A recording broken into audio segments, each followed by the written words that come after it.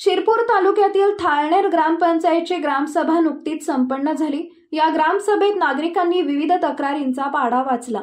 ग्रामसभेत तक्रारी करूनही कुठलीच कारवाई होत नसल्याबद्दल नागरिकांनी नाराजी व्यक्त केली। या ग्रामसभेच्या अध्यक्षस्थानी लोकनियुक्त महिला सरपंच मेघा संदीप पाटील होते। यावेळी ग्रामविकास अधिकारी वेताळे यांनी मागील सभेचं प्रोसिडिंग वाचून दाखवले। ग्रामविकास अधिकारी यांनी वयोश्री योजना, युवा प्रशिक्षण, घरकुल योजना आदींबाबत माहिती दिली। यावेळी नागरिकांनी समस्यांचा पाढा वाचला। नागरिक ग्रामसभेत तक्रारी करतात, परंतु त्यावर कुठलीच कारवाई होत नसल्यामुळे नाराजी व्यक्त केली।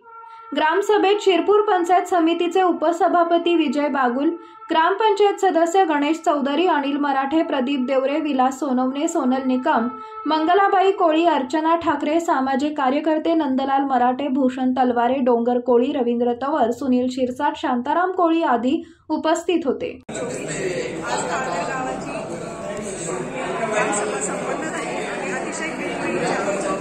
वातावरणात गावकऱ्यांचे प्रश्न मांडण्यात आले, तसंच जे घरकुलाचे प्रस्ताव होते ते मंजूर करण्यात आले आणि विविध विकासाच्या योजनांवर चर्चा करण्यात आली आणि अतिशय वेळेच्या वातावरणात सुयोग्य अशा पद्धतीने ग्रामसभा संपन्न झाली। त्याच्यासाठी मी सर्व ग्रामस्थांचे आभार मानते।